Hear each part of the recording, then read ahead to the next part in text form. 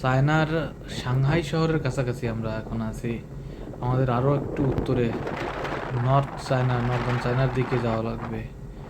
আজকে আবহাওয়া খুব একটা ভালো না, খুব বেশি বাতাস হচ্ছে, শব্দ হচ্ছে, আর ঢেউও বেশ বড় বড় ঢেউ। এই ভিডিওতে খুব একটা ভালো দেখা যায় না। আকাশ একেবারে কালো হয়ে গেছে কিছুটা মেঘের জন্য।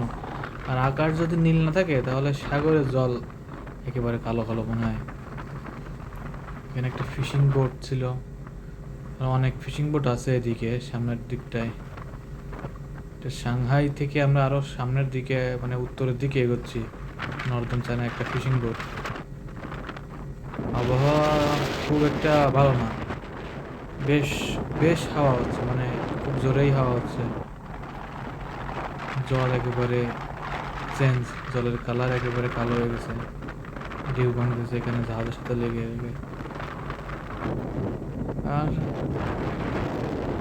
অনেক বড় জাহাজ, ফুল লোডেড, তারপরেও সামান্য সামান্য ভূমিকম্পের মতন মনে হয় মাঝে মাঝে, মানে হালকা হালকা ভূমিকম্পের মতন নড়তেছে কাঁপতেছে এরকম।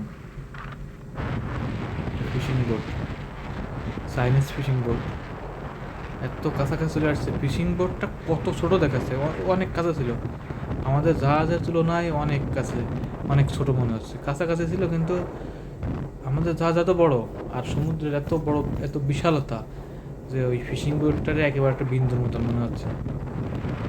সব মিলাই এটা।